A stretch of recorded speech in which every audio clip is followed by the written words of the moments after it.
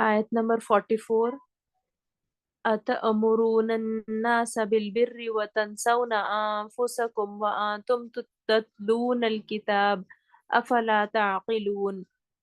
أتأمرون، کیا تم حکم دیتے ہو، الناسا لوگوں کو، بالبری نیکی کا، وتنسون اور تم بھول جاتے ہو، انفسکم اپنے نفسوں کو، وانتم حالانکہ تم، تتلون تم تلاوت کرتے ہو، الکتابہ کتاب کی، افلا کیا پھر نہیں، تعقلون تم عقل سے کام لیتے، وَأَنْتُمْ تَتْلُونَ الْكِتَابَ أَفَلَا تَعْقِلُونَ.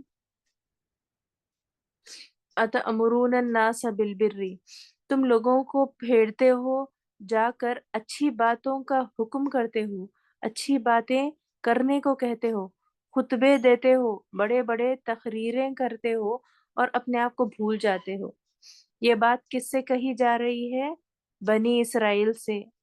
ہم بنی اسرائیل کا قصہ پڑھ رہے ہیں، یعنی بنی اسرائیل کے قصہ نہیں بلکہ بنی اسرائیل کے اوپر اللہ سبحانہ و تعالیٰ نے جو آیت نازل کی ہے، اور ان کے تھرو، ان کے غلطیوں کے تھرو ہمارے لیے سبق جو ہے اس پر یہ آیتیں ہیں۔ تو تم لوگوں کو پھیرتے ہو، دوسروں کو اچھے اچھے نصیحتیں دیتے ہو، تقریریں دیتے ہو اور اپنے آپ کو بھول جاتے ہو، یہ کہا جا رہا ہے۔ وَتَنْسَوْنَ أَنفُسَكُمْ اور اپنے آپ کو بھول جاتے ہو۔ اب یہاں پر آگے بڑھنے سے پہلے ایک اور بات جو بہت اہم ہے، صحابہ کے بارے میں جو خاص خصوصیت ہے یہاں سے، جسے کہتے ہیں انعکاس، یعنی ایک طرف ایک بات ہو رہی ہے، دوسری طرف اس کی بالکل اپوزٹ سچویشن ہے۔ اس طرف کیا بات ہو رہی ہے کہ تم لوگ جھوٹ اور سچ کو ملا کر بات کرتے ہو، سچائی کو چھپاتے ہو، آیات کو بیچتے ہو، فتوے کو بیچتے ہو، کرپٹ ہو چکے ہو۔ بنی اسرائیل کے بارے میں بات ہو رہی ہے جنہوں نے یہ تمام جو ہے چیزیں کی ہے، جھوٹ سچ کو ملانا، سچائی کو چھپانا، آیت کو بیچنا، فتوے کو بیچنا، کرپشن کرنا، یہ تمام چیزیں بنی اسرائیل آلریڈی کر چکے تھے۔ تو اگر تمہارا پورا دین کرپٹ ہو چکا ہے، تمہاری جو ہے تمہارا جو بھی مذہب جوڈیزم وغیرہ ہے وہ پورا کرپٹ ہو چکا ہے، تمہارا دین تمہارے لیے ایک بزنس بن چکا ہے، تو صحابہ کو دیکھو، تو ان صحابہ کو دنیا سے کوئی غرض نہیں ہے، جو سچائی ہے وہ سچائی ہے۔ کمپلیٹ اپوزٹ سچویشن صحابہ کی ہے، جو بنی اسرائیل کی سچویشن ہے کرپشن والی، سچ جھوٹ کو ملانے والی وغیرہ وغیرہ، تو یہ تمام ان کی عادتوں کے اپوزٹ صحابہ کو دیکھو، ان صحابہ کو دنیا سے کوئی غرض نہیں ہے، جو سچائی ہے وہی سچائی ہے، وہ کسی کو اچھی لگے یا بری لگے، انہوں نے سچ ہی بولنا ہے۔ صحابہ نے ہمیشہ سچ بولا ہے، جو کچھ بھی کہہ دے آگے سے، کوئی ان کو آگے پیچھے کی کوئی فکر نہیں ہے، کیونکہ انہوں نے اگر جھکنا ہے تو صرف خدا کے سامنے ہی جھکنا ہے۔ صحابہ نے صرف اللہ کے سامنے جھکا ہے، تو رکوع کرنا ہے تو خدا کے سامنے۔ پچھلی آیت جو ہے رکوع والی آئی تھی، ہم نے پڑھا تھا، وہ بنی اسرائیل صرف رکوع کرتے تھے، سجدے سے انکار کرتے تھے، جس طرح ابلیس نے انکار کیا تھا سجدے کے لیے، تو بنی اسرائیل نے بھی، تو وہ ایک ایسی قوم تھی جنہوں نے سجدہ کرنے سے منع کیا تھا، تو صرف رکوع کرتے تھے وہ، ان کی نماز کا طریقہ صرف رکوع ہے۔ تو تم ایسے کیوں نہیں ہو جاتے؟ اللہ سبحانہ و تعالیٰ پوچھ رہے ہیں کہ تم ایسے کیوں نہیں ہو جاتے کہ تمہیں خدا کے سوا کسی اور کا خوف نہ ہو؟ اور تم لوگوں کو کیا ہے کہ ایک تو نماز تمہاری اصلی نہیں رہی، تو صرف رکوع پڑھنے سے کیا نماز مکمل ہوتی ہے؟ نہیں، سجدے سے تو انہوں نے انکار کر دیا، اور دوسرا تمہاری تقریریں، تمہارے خطبے، ریبائز جو ہوتے تھے، ایون جو ہے جیوز کے پاس، بنی اسرائیل کے پاس جو ہے چرچز رہتے تھے، چرچز یا ٹیمپل نام کی جو ہے عبادت گاہ ان کی جو ہوتی تھی، وہاں ریبائز جو ہوتے تھے خطبے دیا کرتے تھے، تقریریں دیا کرتے تھے، سرمنز، دعوے، اور ان کے کئی پروگرامس ہوتے تھے۔ یہ سارے چیزیں جو ہیں ان کے یہاں بھی تھے، اب تک بھی ہیں، آج کے دور تک بھی جو ہے ہم دیکھ لیں کہ ان کے پاس کچھ ٹیمپلس ہے یا پھر کچھ ان کے ایسے عبادت گاہ ہے جہاں وہ جو ہے صرف رکوع کرتے ہیں، ان کی نماز ہی رکوع ہے، اس میں سجدہ نہیں ہے۔ تو ان کے بھی خطبے ہوتے ہیں، ان کے بھی لیکچرز ہوتے ہیں، جیسے ہمارے ہوتے ہیں اس طرح ان کے بھی لیکچرز ہوتے ہیں تورات وغیرہ کے۔ تم لوگوں کو جا کے کہتے ہو کہ اچھے کام کیا کرو، مگر تم پھر بھی کرپشن کیوں کرتے ہو؟ یہ سوال ہو رہا ہے۔ اَتَأْمُرُونَ النَّاسَ بِالْبِرِّ وَتَنْسَوْنَ أَنفُسَكُمْ، اپنی باری میں بالکل بھول جاتے ہو، دوسروں کو تو بول کر آتے ہو، لیکن جب تمہارا وقت اچھائی کرنے کا آتا ہے تم اپنے آپ کو کیوں بھول جاتے ہو؟ اپنے بارے میں کوئی احساس نہیں ہے۔ یہ ہے اصل میں ہمارے دین کی ایک بنیادی تعلیم کہ جس چیز کی انسان دعوت دے رہا ہے اس کی خود مثال اس کو ہونا ضروری ہے، اس کو خود اس کی مثال بننا ضروری ہے۔ تو مثال کے طور پر ایک امام ہے، وہ وہ امام جو ہے اگر وہ خود عمل نہیں کر رہا تو دوسروں کو وہ جا کر کیسے بول سکتا ہے؟ تو اب دیکھیے اگر پورا لیکچر دیتے ہیں کوئی امام وغیرہ، تو جسے عربک میں کہتے ہیں تواتر، یعنی انسان کو ہمبل ہونا چاہیے، یعنی زیادہ فخر نہیں کرنا چاہیے انسان کو۔ اگر آپ کسی قسم کی بات کرتے ہیں اور اس کے بعد آپ کہتے ہیں کہ میں جو ہوں مجھے ایک خطبہ دے کر اب جا کے جو ہے میں تو وی آئی پی لاؤنج میں جا کے جو ہے ریسٹ کروں گا، ان لوگ دوسرے دوسرے جو ہے تھرڈ کلاس لوگوں سے مجھے بات کرنے کی ضرورت نہیں ہے، میرا لیکچر ہو چکا ہے بول کر وہ امام جا کر جو ہے کسی وی آئی پی لاؤنج میں آرام کرے گا، تو وہ کیا مثال سیٹ کر رہا ہے؟ تو جو آپ کہہ رہے ہیں دوسروں سے کرنے کے لیے، آپ خود وہ مثال بن کر بنے، یہ بات ہو رہی ہے۔ آپ اور مثال کس چیز کی؟ فرق فرق پڑے گا، لوگ آپ کو آ کے آپ کے ہاتھ چوم رہے ہیں، مثال کے طور پر کچھ ایسے امام ہیں یا پھر کچھ ایسے جو ہے لیکچرز دینے والے ہیں دین کے نام پر، جو لوگ آ کر ان کے ہاتھ چومتے ہیں، ان کے پیر بھی چومتے ہیں، تو بچے لے لے کر آتے ہیں، آپ انہیں پڑھوا دیجئے، پھونکوا دیجئے، ان کے اوپر پھونک مار دیں وغیرہ، تو ایون ان کے پیر بھی پڑا جاتا ہے۔ تو کیا یہ مثال ہے دین کی؟ ہرگز نہیں۔ اور جو ہے پوپ کی طرح جو ہے بلیس کر رہے ہیں کسی بچے کے سر پہ ہاتھ رکھ کے، یا پھر کچھ اور میتھڈس کر رہے ہیں اس کے جسم پر، اور وہ آ کر جو ہے کسٹمرز آ کر پیر چوم رہے ہیں، تو وہ کیا مثال ہے؟ یہ دین کی مثال نہیں ہے، یہ دین ہی نہیں ہے بالکل۔ تو ایسے بھی لوگ جو ہے سماج میں موجود ہیں، تو آپ کے لوگ بالکل نیچے آ کے آپ سے پیر پکڑ رہے ہیں، آپ کی بڑی تعریفیں کر رہے ہیں، اور آپ کے دماغ میں بات ہی نہیں آتی، کوئی دل میں بات نہیں آتی کہ اس میں کوئی خرابی ہے۔ تو یہ بھی ایک مثال ہے اتأمرون الناس بالبر کی، جو تم نیکیوں کی دوسروں کو دعوت دیتے ہو خود اس کی مثال بن کر بتاؤ۔ تو میں بھی مسلمان ہوں، وہ بھی مسلمان ہے، میں اس سے کوئی اچھا انسان نہیں ہوں، مجھ سے کوئی برا انسان نہیں ہے، ہم سب اللہ تعالیٰ کے سامنے برابر ہے۔ تو کوئی جا کر ان کے پیر پڑے اور وہ جو ہے اس کو الاؤ کرے، یہ نہیں ہے ہمارا دین۔ اور مثال کے طور پر اس سے کیا فرق پڑتا ہے؟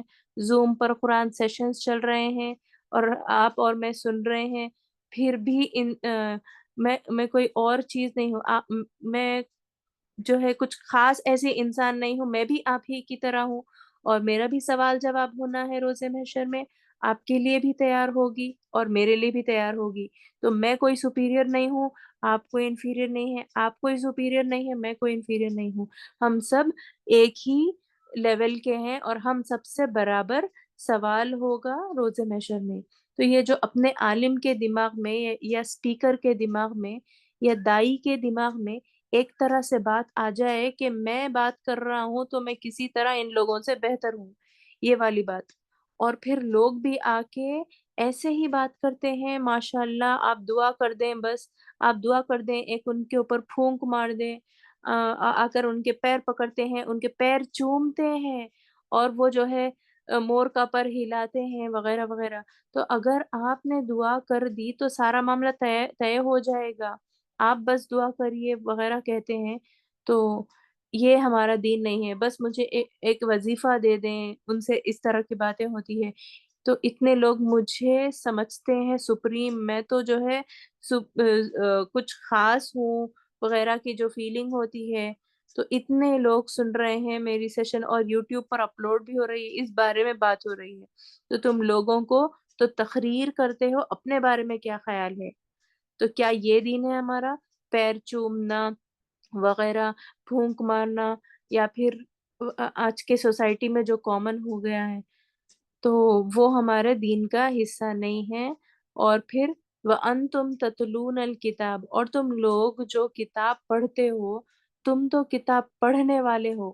تو یہ بات سب سے پہلے بنی اسرائیل کے بارے میں ہے، اور پھر بعد میں ہم سب کے بارے میں بھی ہے، امت محمدیہ کے بارے میں بھی ہے، کہ تم لوگ جو کتاب، ان کی کتاب کیا تھی؟ تورات. تم لوگ جو کتاب پڑھتے ہو، تم تو کتاب پڑھنے والے ہو، تورات پڑھنے والے ہو. کتنے والیومز ہوتے تھے تورات کے؟ تمہیں تو پہلی مثال ہونا ہے. تم آلریڈی توراتیں پڑھ چکے ہو، ریبائس وغیرہ جو ہوتے ہیں.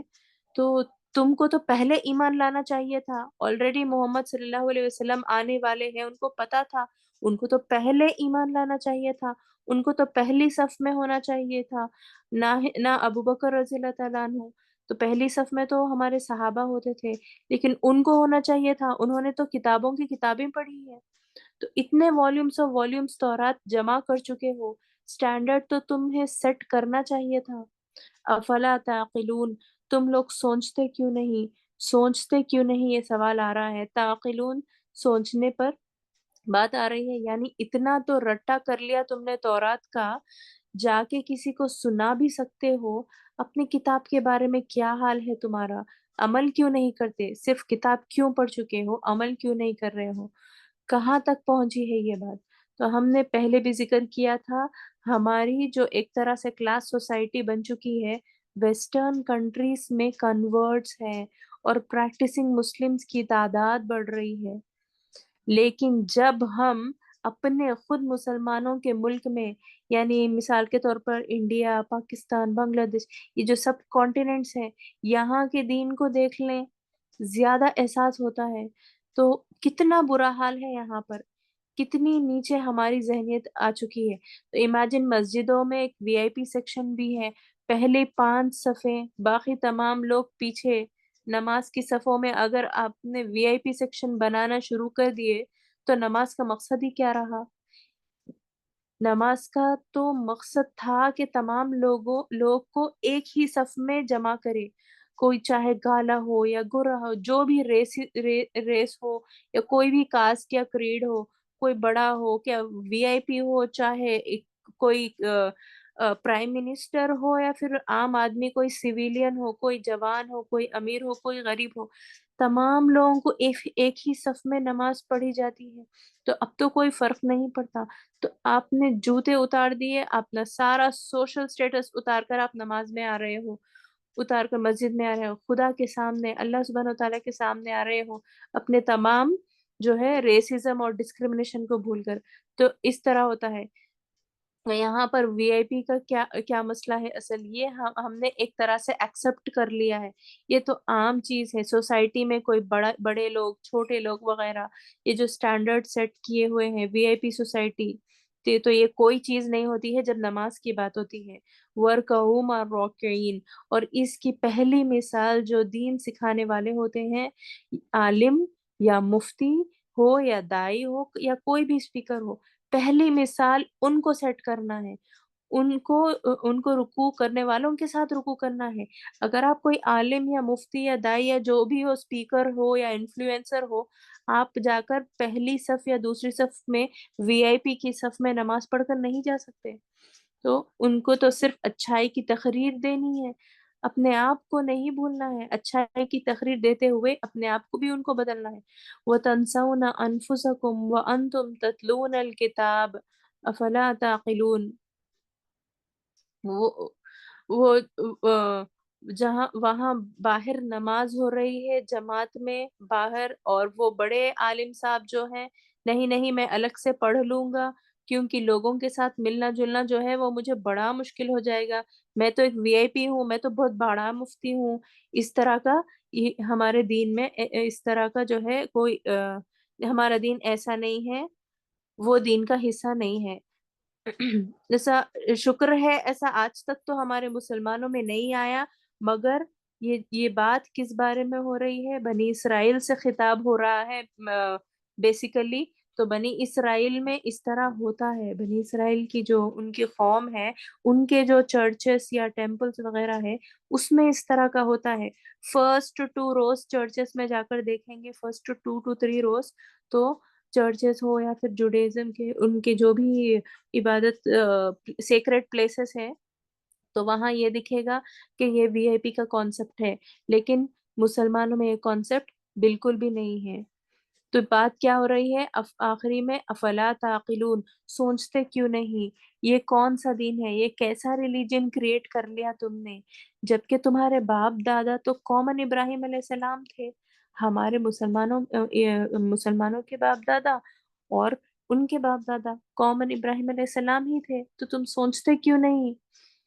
تم نے اپنا ریلیجن اور ڈفرینسز خود ہی کریٹ کر لیا، اپنا خود کا ریلیجن کریٹ کر لیا، تم نے سجدہ بھی نہیں کیا، سجدے سے انکار کیا بنی اسرائیل نے، زکوٰۃ حرام سے دیتے ہو، تقریریں کرتے ہو اور خود عمل نہیں کرتے، انہوں نے مسجد اقصی میں بیٹھ کر سود کو کریٹ کیا تھا۔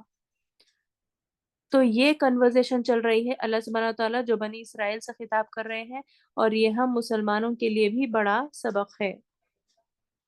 آیت نمبر 45، وَاسْتَعِينُوا بِالصَّبْرِ وَالصَّلَاةِ وَإِنَّهَا لَكَبِيرَةٌ إِلَّا عَلَى الْخَاشِعِينَ۔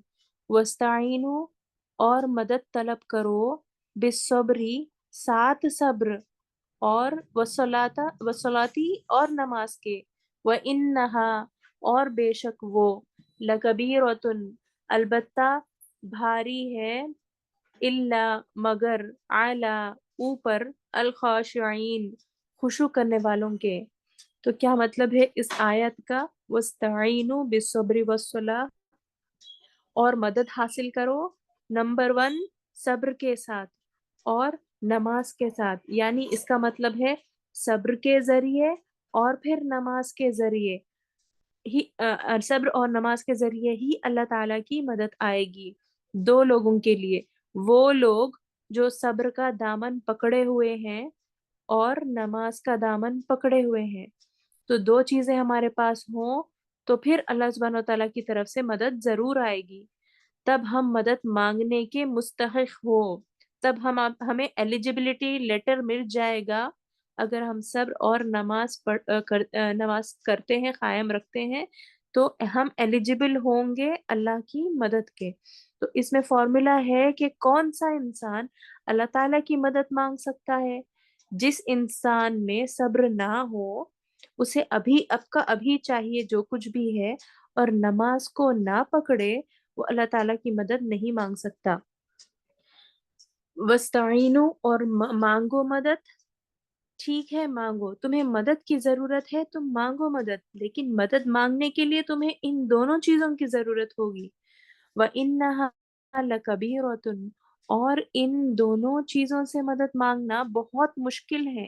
اللہ سبحانہ تعالیٰ بتا رہے ہیں لَكَبِيرَ، کبیرہ کی لفظ آتا ہے لَكَبِيرَةٌ کے اندر، کبیرہ اور تکبر یہ دونوں جو ہے سیم روٹ ورڈ سے ہے۔ کبیرہ یعنی کوئی بہت بڑی چیز، یا بہت ہارڈ، کوئی مشکل ٹف چیز، بہت مشکل کام ہے یہ دونوں چیزوں کو قائم رکھنا۔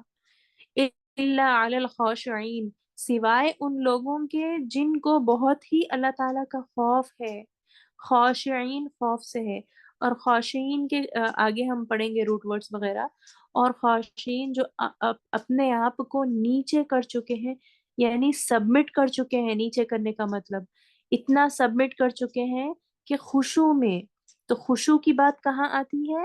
صلاح میں، نماز میں خشوع۔ تو اب اس آیت کا مقصد یہ ہے کہ اس آیت کا مقصد کہ ہم لوگوں کو اگر اسلام کی طرف آنا ہے تو ہمیں جو ایک رتبہ دیا گیا ہے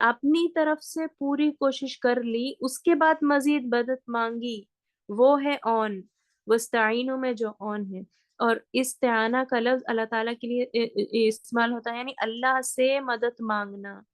ہمارے یہاں ترجمہ ہے اللہ تعالیٰ سے مدد مانگنا، لیکن ایسی کوئی مدد نہیں مانگنی کہ بیٹھے آرام سے اللہ تعالیٰ مدد کر دے، بس نہیں، ایسی بات نہیں ہے۔ اگر آپ خود مدد نہیں کرو گے اپنے خود کی، جیسے فرض کریں کسی کام ہو یا جاب کی ضرورت ہے، جاب ڈھونڈ رہا ہے، اللہ تعالیٰ سے بڑی بڑی زبردست دعائیں ہو رہی ہے، اللہ تعالیٰ تو رازق ہے، کہیں نہ کہیں سے رزق دلا دے وغیرہ، نہ اس نے اپنا ریزیومے بنایا ہے، نہ کہیں اپلیکیشن کی ہے، کہیں کوئی کال آتی ہے تو جواب نہیں دیتے، نہ کسی سے بات کی ہے، نہ اپنی تعلیم فردر کی ہے اس نے، نہ جا کے کہیں آگے جاب ڈھونڈ رہا ہے، بس دعائیں کر رہا ہے، تو وہ استعانہ نہیں ہے۔ اگر گھر سے نکلے ہو، گھر بیٹھے ریلز دیکھ رہے ہو، لائکس کر رہے ہو، ایسی مدد مانگنا نہیں کہتے۔ جب تک ہماری طرف سے کوشش نہیں ہوگی، اللہ تعالیٰ کی طرف سے مدد نہیں آئے گی۔ ہماری طرف سے کوشش کیا ہے؟ صبر اور نماز، تو اسے استعانہ کہتے ہیں۔ تو وستعینوا یہ لفظ آیا ہے قرآن میں، جو روٹ ورڈ ہم اون جو ابھی پڑھ کر آئے ہیں، مدد دینا یا لینا، اور اس میں استعان، یستعین، استعانہ، یہ 3 ورڈز آتے ہیں، مدد طلب کرنا۔ اور وستعینوا جو اس آیت میں ہے، تم مدد مانگو۔ تو قرآن میں بہترین مثال ہے ایاک نعبد و ایاک نستعین۔ تو کیا ہے یہاں پر پیٹرن؟ پہلے ہم تیری عبادت کرتے ہیں، ہم تجھی سے مدد مانگتے ہیں۔ سیکنڈ چیز، تو مدد مانگنے کا کنڈیشن کیا ہے؟ پہلے کیا کر رہے ہیں؟ ہم تجھی سے عبادت کرتے ہیں، تو ہم عبادت کر کے محنت کر رہے ہیں، اس کے بعد مدد مانگ رہے ہیں اللہ سے۔ تو یہ ہے پیٹرن۔ تو اس وستعین جو لفظ آیا ہے اس آیت میں، اس کے کئی مختلف فارمز ہیں جو ابھی ہم اون پڑھ چکے ہیں اور استعانہ پڑھ چکے ہیں، اور مزید اس کے ورڈز ہیں مدد سے ریلیٹڈ۔ تو اس لیے سورہ فاتحہ میں یہی ہے، وہاں بھی جب مدد مانگ رہے ہیں تو اس مدد مانگنے میں تو آپ کی طرف سے بھرپور کوشش ہے۔ کیا ہے وہ بھرپور کوشش؟ عبادت، ہم تجھی سے، ہم تیری ہی عبادت کرتے ہیں، پھر کہتے ہیں تجھی سے مدد مانگتے ہیں۔ تو جو انسان اپنی طرف سے کوشش نہ کرے، اس کو خدا کی طرف سے مدد کی کوئی توقع نہیں ہونا چاہیے، کوئی ضرورت ہی نہیں ہے۔ تو 2 ایکسٹریم ہے، اس کو بھی سمجھنے کی ضرورت ہے۔ ایک طرف ایسا انسان ہوتا ہے جو اپنی طرف سے کوشش کرتا ہے، پھر اس کو کامیابی بھی آتی ہے، اس کے دماغ میں یہ بات آ جاتی ہے کامیاب انسان کے کہ میری کوشش کی وجہ سے ہی کامیابی آئی ہے، وہ بھی غلط فہمی ہے اس کی۔ دوسرا ایکسٹریم کیا ہے کہ انسان ہے، ایسا انسان ہے جو کچھ بھی نہیں کرتا، ہاتھ ہی نہیں اٹھاتا، مشقت ہی نہیں کرتا، اور پھر کہتا ہے کہ ساری میری نیکیاں خدا کی وجہ سے ہیں، ناکامیاں، ساری میری ناکامیاں خدا کی وجہ سے ہے، جو یہ کہتا ہے، یہ دوسرا ایکسٹریم ہے۔ تو ایک طرف ایک انسان، اس کو پورا اعتماد اپنی کوششوں پر، یہ بھی غلط۔ دوسری طرف ایسا انسان جس کو پورا اعتماد صرف خدا کی قوت پر ہے، اپنے اوپر کوئی اعتماد ہی نہیں ہے، اور اللہ سے گلہ بھی کر رہا ہے، اپنی ناکامیاں اللہ کی وجہ سے ہے، خدا کی وجہ سے، اور جو ہے اللہ سے ہی سوال کر رہا ہے، تو یہ دونوں بھی گمراہی ہے۔ تو قرآن ان دونوں کے درمیان ہے۔ قرآن کا قاعدہ یہ ہے، تمہارے لیے مدد ہرگز نہیں آئے گی جب تک تم کوشش نہیں کرو گے۔ جب نتیجہ نکلے گا، وہ نتیجہ ہماری کوششوں کی وجہ سے نہیں، نتیجہ خدا کی مدد کی وجہ سے ہے۔ ہمیں اگر خدا کی مدد کے لیے کوالیفائی کرنا ہے تو نتیجہ چاہیے، تو کوشش تو کرنی پڑے گی، یعنی انسان بھرپور کوشش کرنے کے بعد اگر کامیاب ہو تو فوراً اللہ تعالیٰ کا شکر ادا کرے کہ اللہ تعالیٰ نے میری کوششوں کو اس لائق سمجھا کہ اس کا نتیجہ بھی نکلوا دیا، اور اس کو اچھی طرح اندازہ ہو کہ کوششوں سے نتیجہ نہیں نکلتا، کوشش تو سب کرتے ہیں، کوششوں سے خدا کی مدد آتی ہے، اصل نتیجہ کوشش کا یہی ہے کہ خدا کی مدد آتی ہے، اللہ تعالیٰ کی مدد آتی ہے، یہ فلسفہ ہے قرآن کا۔ تو اس کو سمجھنے کے بعد وستعینوا بالصبر والصلاۃ بنی اسرائیل سے اور ان کے ذریعے ہم سے کہا جا رہا ہے تم مدد حاصل کرو صبر کے ذریعے اور پھر نماز کے ذریعے. صبر کے ذریعے مدد حاصل کرو کا مطلب جب صبر کرو گے تم صبر دکھاؤ گے تو اللہ تعالیٰ کی طرف سے مدد آئے گی. تمہیں صبر کا عنصر نہیں ہوگا خدا کی طرف سے مدد نہیں آئے گی. اب بنی اسرائیل کو صبر کی طرف سے یہاں ان کو کون سا ٹارچر کیا جا رہا ہے، یعنی ان کے ایسا کون سا صبر کا امتحان لیا جا رہا ہے، یعنی ایسی کیا بات ہے کہ ان کو صبر کی ضرورت ہے. تو بنی اسرائیل تو بہت ہی ٹھیک ٹھاک رہے تھے مدینہ میں، ان کو صبر کی کئی شکلیں ہوتی ہے. صحابہ کو جو مکہ میں مارا گیا تھا، ٹارچر کیا گیا ہے، وہ بھی صبر کی ضرورت تھی اس میں. تو آپ کو کوئی تکلیف دہ بات کرتا ہے، آپ آگے سے جواب نہیں دیتے، اس میں بھی صبر کی ضرورت ہے، اس میں بھی صبر چاہیے انسان کو. انسان کسی مشکل صورت حال میں ہے، اس کے والدین اس کے ساتھ زیادتی کرتے ہیں یا والدین کے ساتھ بچہ زیادتی کرتا ہے، وہ بھی صبر کا معاملہ ہے. بھائیوں کے آپس میں لڑائی ہو جاتی ہے، اس کی صلح کرنی پڑتی ہے، وہ بھی صبر کا معاملہ ہے. لیکن یہاں اس آیت میں کون سے صبر کا معاملہ ہے؟ یہاں وہ صبر ہے کہ کوئی عالم ہے، بنی اسرائیل کے بڑے لکھے لوگ، پڑھے لکھے لوگ ان کے لیڈر ہیں، لوگ ان کی باتیں سنتے ہیں، اگر وہ مسلمان ہو جاتے ہیں، ان کے دماغ میں اسلام آ چکا ہے، دل میں اسلام اتر چکا ہے، اب ماننے سے ڈرتے ہیں. تو پچھلی آیت کا بھی یہی شان نزول تھا اور اس آیت کا بھی، کہ وہ اب کنورٹ ہو چکے ہیں، اب وہ مسلمان اگر ہو جاتے ہیں تو ان کے دماغ میں اسلام آ چکا ہے، تو دل میں اسلام اتر چکا ہے، اب ماننے سے ڈرتے ہیں. کیونکہ اگر مان گئے تو ان کی ساری پاپولیشن، ان کی ساری جو ہے پبلک جو ہے ان کو جو ہے گالیاں دینا شروع کر دیتی ہے یا پھر نیچا دیکھنا شروع کرتی ہے. پہلے آ کے ان سے دعائیں کرواتے تھے، ان کے آ کے ڈونیشنز دیتے تھے، اب لینے کے دینے پڑ جائیں گے. بڑے صبر کی ضرورت ہے اگر اس دین کی طرف آنا ہے، تو بڑے صبر کی ضرورت ہے اگر اس دین کی طرف آنا ہے. پھر دوسری طرف ہمیں مدد کہاں سے ملے گی؟ الصلاح، مدد حاصل کرو نماز کے ذریعے، اللہ تعالیٰ کی مدد حاصل کرو. نماز کے ذریعے اللہ تعالیٰ کی مدد. ہماری پرسنل زندگی میں نمازوں کے درمیان ہماری زندگی ہے، یعنی فجر اور ظہر کے بیچ میں ایک ہماری لائف ہے، ظہر اور عصر کے بیچ میں ایک لائف ہے، عصر مغرب کے بیچ میں، مغرب عشاء کے بیچ میں، پھر وہ عشاء اور فجر کے بیچ میں جو بھی ہماری زندگی ہے وہ ہماری پرسنل زندگی ہے. تو ایک نماز سے دوسری نماز کے درمیان، یا آپ کام کر رہے ہیں، یہ آپ کے گھر کے معاملات ہیں، یا آپ کے پرسنل معاملات ہیں، سارے معاملات ہماری نمازوں کے درمیان میں ہیں. تو ایک نماز سے دوسری نماز کے درمیان جس طرح آپ کی گاڑی جو ہے وہ تھوڑی سی چلتی ہے، چلنے کے بعد اس کو دوبارہ گیس یا ڈیزل جو بھی ڈالنی پڑتی ہے، فیول، گاڑی کو مدد چاہیے، تو انسان کو بھی نماز چاہیے. ایک پرابلم سے دوسرے پرابلم تک ہمارے بیچ میں نماز ہے، تو ایک نماز سے دوسری نماز، ایک مدد سے دوسری مدد کی طلب. یا اللہ اگلے گھنٹوں میں تیری ہدایت کی ضرورت ہے، تیری مدد کی ضرورت ہے، اس طرح ہم دعا کرتے ہیں. یہ معاملہ میرے لیے حل کر دے، اس طرح ہم دعا کرتے ہیں. ایک معاملے سے دوسرے معاملے کے بیچ میں نماز ہے. وَاسْتَعِینُوا بِالصَّبْرِ وَالصَّلَاةِ. تو ہم امیجن کریں کہ ہمارے یہاں اگر کسی سے کہا جائے کہ خدا کی مدد مانگو، تو پہلے ذکر کریں گے، تسبیح پکڑ لیں گے، یا کچھ اور کر لیں گے، دعا کر لیں گے، پھر بعد میں کہیں گے صبر. پہلے پورے جو ہے کیا کہتے ہیں، پورے جو ہے غیبتیں، چغلیاں، تمام چیزیں کر کے کہتے ہیں اب میں صبر کروں گی. تمام چیزیں ہو جاتی ہے، بعد میں تسبیح پکڑی جاتی ہے اور بعد میں کہتے ہیں ہاں چلو اب تو میں صبر کروں گی. تمام غیبتیں، چغلیاں ہو جانے کے بعد صبر کا جو ہے مظاہرہ ہوتا ہے. لیکن ایسا نہیں ہے. پہلی چیز ہمیں اڈاپٹ کیا کرنی ہے؟ صبر. تو قرآن میں پہلی چیز کس سے مدد مانگنی ہے؟ پہلی چیز صبر ہے. دوسری چیز کیا ہے؟ نماز. وَاسْتَعِینُوا، اللہ نے یہ نہیں کہا وَاسْتَعِینُوا بِالصَّبْرِ وَالصَّبْرِ نہیں کہا. یعنی انسان کا کردار پکا ہو، وہ مشکلیں برداشت کرنے کے لیے تیار ہو، پہلا مرحلہ یہ ہے. تو پہلی بات یہ ہے کہ انسان کا کردار تیار ہونا چاہیے. کیریکٹر زیادہ امپورٹنٹ ہے. پھر نماز کا فائدہ آٹومیٹیکلی اسے مل جائے گا۔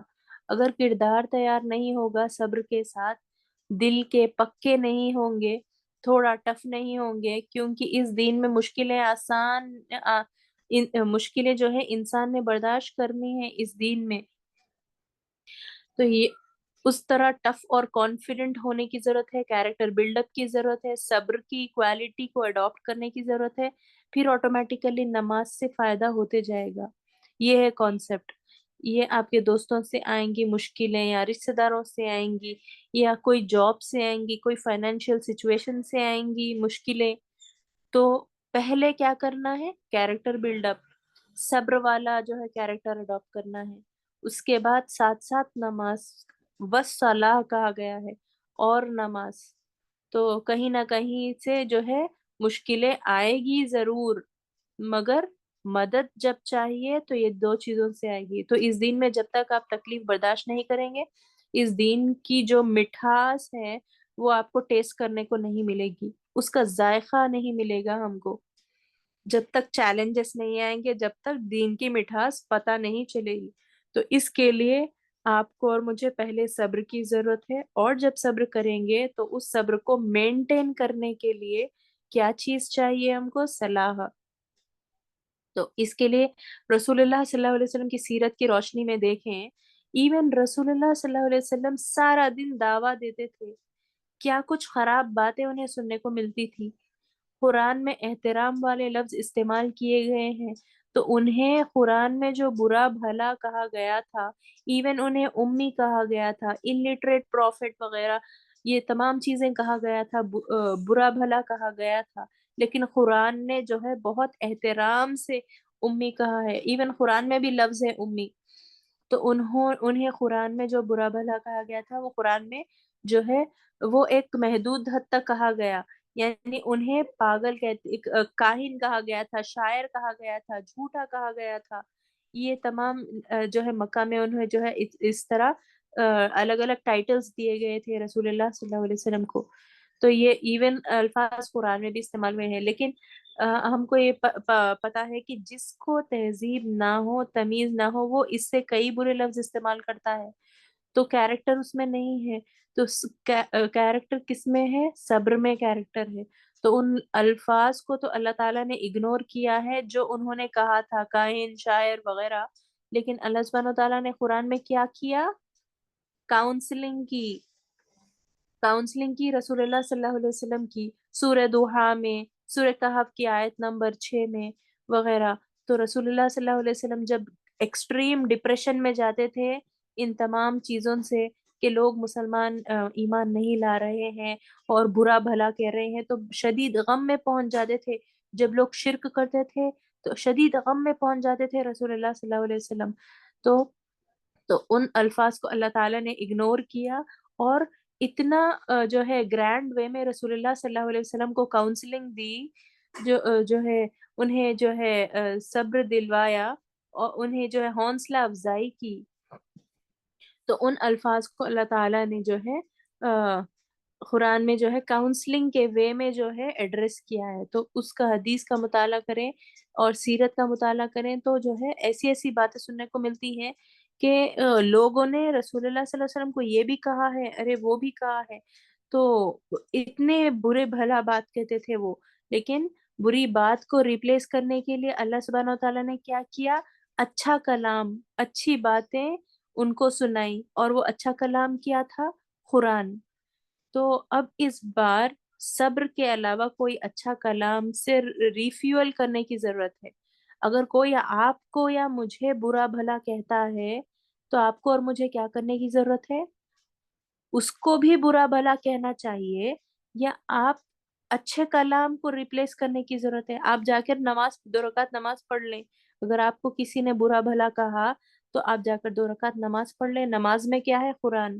یا پھر آپ قرآن کی تلاوت کر لیں جا کر، تو یہ اپنے آپ کی تسلی ہو جائے گی۔ آپ آپ سے کسی نے بری بات کی ہے، تو آپ جا کے کسی سے ایسی بات کریں جو آپ کو تسلی دے، آپ سے اچھی بات کرے۔ کوئی آپ سے نیگیٹو بھی بات کرے تو آپ اس کو پازیٹیولی ہی رپلائی کرے، یا پھر آپ پازیٹیولی ریئیکٹ کرے۔ تو نبی صلی اللہ علیہ وسلم کے لیے ایک طرف دنیا جہاں سے بری باتیں سننے کو ان کو مل رہی تھی، اور اس کے رپلائی میں اللہ سبحانہ وتعالیٰ نے ان کو اچھا کلام پہنچایا، یعنی قرآن۔ تو اچھی بات کہاں سننے کو ملتی ہے؟ جب نماز میں کھڑے ہوتے ہیں، اپنے رب کا کلام پڑھتے ہیں، یہ اللہ تعالیٰ کی طرف سے کلام ہے جو ان کو ایک طرح سے ریلیف ملتی ہے۔ تو آپ کو اور مجھے کہاں ریلیف ملنا چاہیے؟ صبر میں اور نماز میں۔ اور نماز میں کیا ہے؟ قرآن یا پھر اچھا کلام، اللہ تعالیٰ کی طرف سے ہمدردی آتی ہے۔ وَاصْبِرْ عَلَىٰ مَا يَقُولُونَ، بس صبر کرو، جو بھی کہہ رہے ہیں کہنے دو۔ ایسی ایسی آیتیں آئی ہیں رسول اللہ صلی اللہ علیہ وسلم کے لیے، بس آپ صبر کیجئے مکہ والوں پر، تو انہیں جو کہتے ہیں کہنے دو، آپ تھوڑا ایزی گوئنگ ہو جائیے۔ ایسی ایسی آیتیں آئی ہیں۔ وَهْجُرْهُمْ هَجْرًا جَمِيلًا، اچھی طریقے سے ان لوگوں کو چھوڑ دیا کرو، take it easy, be gentle. یہ مکہ والے جو ہے ایسی ایسی باتیں کرتے تھے، ٹارچر کرتے تھے، اللہ کے کس طرح کی آیتیں نازل کرتے تھے؟ وَهْجُرْهُمْ هَجْرًا جَمِيلًا وَاصْبِرْ عَلَىٰ مَا يَقُولُونَ۔ تو ان آیت میں ہی اللہ تعالیٰ کی طرف سے تسلی دی جا رہی ہے، کوئی بات نہیں، بی ایزی گوئنگ، کوئی بات نہیں۔ تو یہ ہمارا معاملہ ہے، تو ہماری مشکلات اسے کہتے ہیں صبر۔ اللہ سبحانہ وتعالیٰ کیا کروا رہے تھے؟ رسول اللہ صلی اللہ علیہ وسلم سے صبر کروا رہے تھے، حوصلہ افزائی کر رہے تھے۔ ہماری مشکلات زندگی میں ہوتی ہے یا تو لوگوں کے الفاظ کی وجہ سے یا کسی اور مسئلے کی وجہ سے۔ تو اللہ تعالیٰ کا کلام جب آپ قرآن سنتے ہیں تو اس سے آپ کو اور مجھے تسلی ملنا چاہیے۔ تو اصل میں نماز کا حل وہی ہے۔ تو نماز کا جو اصل ہے، لاسٹ میں ہم نماز کی یہی امپورٹنس جو ہے ڈسکس کر کے وائنڈ اپ کریں گے۔ نماز کا جو اصل حل ہے وہ کیا ہے؟ تسلی۔ نماز میں تسلی چھپی ہوئی ہے، آپ کی اور میری کاؤنسلنگ ہے ہر برے سچویشن کی۔ اللہ تعالیٰ کی طرف سے آپ کو اور مجھے تسلی آ رہی ہے، اس لیے رسول اللہ صلی اللہ علیہ وسلم نے فرمایا ہے، جولیت قرۃ عینی فی الصلاۃ، میری آنکھوں کی ٹھنڈک تو نماز میں ہی ڈالی گئی ہے، یہ کہا ہے۔ تو آنکھوں کی ٹھنڈک سے کیا مراد ہے؟ قرۃ عین، آنکھوں کی ٹھنڈک ہے۔ تو اولڈ عربک میں قرۃ عین اس لیے کہا جاتا تھا کہ جب کوئی کہیں کوئی جو ہے یعنی کوئی ریلیف کی پلیس ہو یا کوئی پہاڑی، وہاں پر صحرا ہوتی تھی، یعنی ڈیزرٹ ہوتا تھا، اور very hot and windy place ہوا کرتی تھی اولڈ اولڈ مکہ میں۔ وہاں پر کمپلیٹلی ڈیزرٹ پلیس ہوتا تھا اور گرم گرم جو ہے ہوا آتی تھی، ویری ہاٹ ونڈ آتی تھی، تو آنکھوں میں وہ دھول آ جاتی تھی، ان کے وہ سینڈ جو ہوتی تھی وہ آنکھوں میں آ جاتی تھی۔ تو اس کے لیے قرۃ عین کا لفظ آیا ہے، تو اسے کہا جاتا ہے قرۃ عینی۔ جب تک کہیں کوئی غار نہ مل جائے، کوئی پہاڑی نہ مل جائے جس کے پیچھے بیٹھ کر تھوڑی دیر کے لیے آنکھیں بند کر لیں اس ہاٹ ونڈی کلائمیٹ کو اوائڈ کرنے کے لیے، تو اسے کہا جاتا ہے قرۃ عین۔ چلو آنکھوں کو تھوڑی سی ریلیف تو ملی اس طرح، تو طوفان میں تھا، آنکھیں لال ہو چکی ہیں، اب تھوڑا سا اس کو آرام ملتا ہے۔ اس کو دوسرا جو ہے قرۃ العین کا یہ بھی مطلب ہوا کرتا تھا کہ کہا جاتا کوئی ایسی بات آپ کو سننے کو ملے جس سے آپ کا دل اتنا خوش ہو کہ آپ کے خوشی سے آنسو نکل آئے۔ تو اس لیے رسول اللہ صلی اللہ علیہ وسلم نے کہا، جلیت قرۃ عین فی الصلاۃ، میری آنکھوں کی ٹھنڈک تو نماز میں ہی ڈالی گئی ہے۔ وہ تسلی، وہ آنکھوں کی ٹھنڈک نماز ہے۔ تو یہ جذبہ جو ہے، یہ جو احساس ہے انسان کے اندر، یہ احساس نماز کے اندر ہونا چاہیے۔ کون سا؟ قرۃ عین والا۔ جب آپ اور میں نماز کے لیے کھڑے ہوں گے تو ہمارے لیے نماز کیا ہونی چاہیے؟ قرۃ عین ہونا چاہیے، آنکھوں کی ٹھنڈک ہونا چاہیے۔ اصل روح نماز کی یہ ہے کہ نماز میں اللہ تعالیٰ سے کنیکٹ ہو کر انسان وہ کلام سنے جس کو اس کے سننے کی بڑی ضرورت تھی۔ یعنی مثال کے طور پر میں آپ بڑی مصیبت میں ہیں آلریڈی، تو ہمارا ریسکیو کیا ہے؟ نماز ہے۔ نماز میں ہم کنیکٹ ہوں گے اللہ سبحانہ و تعالیٰ سے، تو ہمیں جو ہے یہ چیز کی موقع کی بہت ضرورت تھی، ہماری ساری مصیبتیں ہم نماز میں جو ہے اللہ کو سبمٹ کر کے آئے ہیں، یعنی مجھے ان الفاظ کی بہت ضرورت تھی۔ اب امیجن کریں کہ آپ کو پتا بھی نہیں آپ نماز میں کیا پڑھ رہے ہیں، خاموشی سے کھڑے ہوئے ہیں، بس ہونٹ ہلا رہے ہیں، کچھ آوازیں سنائی دے رہی ہے امام صاحب کی، بس اللہ اکبر اور بیچ کا تو تمام وہی ادا کر رہے ہیں، تو یہ نماز نہیں ہے۔ آپ نماز میں کوئی پڑھا رہے ہو یا آپ خود پڑھ رہے ہو، کنیکٹ کر کے اللہ سبحانہ تعالیٰ سے آپ جس طرح کلام کر رہے ہیں اس طرح، وہ ایک کانورزیشن ہے نماز، تو اس طرح پڑھنے کی ضرورت ہے۔ تو جو چیز آپ مس کر رہے ہیں، آپ کو اندازہ ہونا چاہیے آپ کیا مس کر رہے ہیں۔ تو اللہ تعالیٰ آپ سے براہ راست کلام کرنا چاہتا ہے نماز میں سے، اور اللہ تعالیٰ کھڑے ہوئے ہیں، حاضری لگائی ہے ہم نے وضو کر کے، اپنے آپ کو تیار کر کے، اس کے کعبے کے طرف منہ کر کے، تو وہ گھر جو ابراہیم علیہ السلام نے بنایا تھا، جس انسان نے تمام دنیا کو چھوڑ کر صحرا کے درمیان جا کر اللہ تعالیٰ کے احکام پورے کیے ہیں، کون؟ ابراہیم علیہ السلام نے۔ اس کے گھر کے، اس کے بنائے ہوئے گھر کی طرف اپنے آپ کو منہ کر کے اللہ تعالیٰ کے سامنے جب ہم نماز میں کھڑے ہوتے ہیں تو ایک طرح سے ہم ابراہیم علیہ السلام کی سنت پوری کرتے ہیں۔ کیوں؟ کیونکہ جب انسان اللہ اکبر کہتا ہے، کہہ کے نماز شروع کرتا ہے، تو کوئی چیز اکبر نہیں ہوتی، صرف اللہ اکبر ہوتا ہے۔ دنیا کے مسئلے اکبر نہیں ہوتے، یہ دنیا کا سٹیٹس اکبر نہیں ہوتا، یا پھر خود کی انا اکبر نہیں ہوتی، یا آپ کی کوئی ڈیزائر اکبر نہیں ہوتی، کوئی بھی چیز اکبر نہیں ہوتی جب ہم نماز انٹر ہوتے ہیں، یا پھر ہمارے کچن میں جو کوکر کی سیٹیاں بجتی ہیں وہ اکبر نہیں ہوتی۔ بس اللہ اکبر کہہ کر نماز میں انٹر ہو رہے ہیں، تو صرف لٹرلی اللہ ہی اکبر ہونے کی ضرورت ہے۔ ایسی نماز ہونا چاہیے۔ تو پھر جیسے کہ ابراہیم علیہ السلام کی پوری زندگی تھی، سب کچھ چھوڑ گئے پیچھے، اس لیے ان کی سنت ہے نماز۔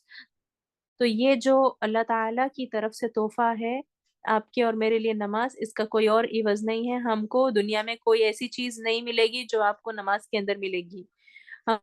ہم کو نماز میں جو ملے گا وہ کہیں اور نہیں ملے گا۔ لوگ جو ہیں وہ روحانی پریکٹسز کرتے ہیں، چلو جو ہے کچھ نعتیں بھی پڑھ لیتے ہیں وغیرہ، کچھ بھی کرتے ہیں، ذکر کر لیتے ہیں، نشید جو ہے وغیرہ ہوتے ہیں، تو یہ ذکر ہے وغیرہ، یہ تمام چیزیں ہیں، لیکن یہ تمام اذکار بھی ٹھیک ہیں، ان کا اپنی جگہ ہوگا فائدہ یا نہیں، اللہ بہتر جانے، لیکن جو ذکر اللہ تعالیٰ کہ نبی صلی اللہ علیہ وسلم کو سکھایا گیا، جو ذکر ایکچوئل ذکر، جو ذکر ان کے والد محترم ابراہیم علیہ السلام کی سنت ہے، جو ذکر جب موسیٰ علیہ السلام آ، آ، کو اللہ سبحانہ و تعالیٰ سے ہم کلام ہیں، اللہ تعالیٰ سے بات کر رہے ہیں، ڈائریکٹلی بات کر رہے ہیں، جو کانورزیشن ریئل کانورزیشن ہے، تو کوئی اور ذکر ریئل کانورزیشن نہیں ہے اللہ سبحانہ و تعالیٰ سے، صرف نماز ہے۔ تو پہلی بات جو انہیں امیجن کی کریں، جو خدا سے بات کر لے خدا کو کیسے بھولے گا؟ جو خدا سے لٹرلی بات کر کے آئے ہیں وہ خدا کو کیسے بھول سکتے ہیں؟ اب ظہر پڑھ لی، اثر بھول گئے، کیوں؟ ظہر آپ نے اس کانسنٹریشن سے نہیں پڑھی ہوگی، کہ آپ نے کنیکٹ نہیں کیا ہوگا اس طرح۔ تو اللہ تعالیٰ سے بات ہو رہی ہے، اقیم الصلاۃ لذکری، اگر مجھے واقع یاد رکھنا ہو تو نماز پڑھا کرنا ہے، تو نماز قائم کرو مجھے واقع یاد رکھنے کے لیے۔ دیکھیں ذرا، وہ نماز ان انبیاء کے لیے کافی تھی، ہمارے لیے کافی نہیں ہے۔ ہمیں کچھ اور کہیں سے کچھ وظیفے وغیرہ کی ضرورت پڑ جاتی ہے، نماز کافی نہیں ہوتی ہمارے لیے۔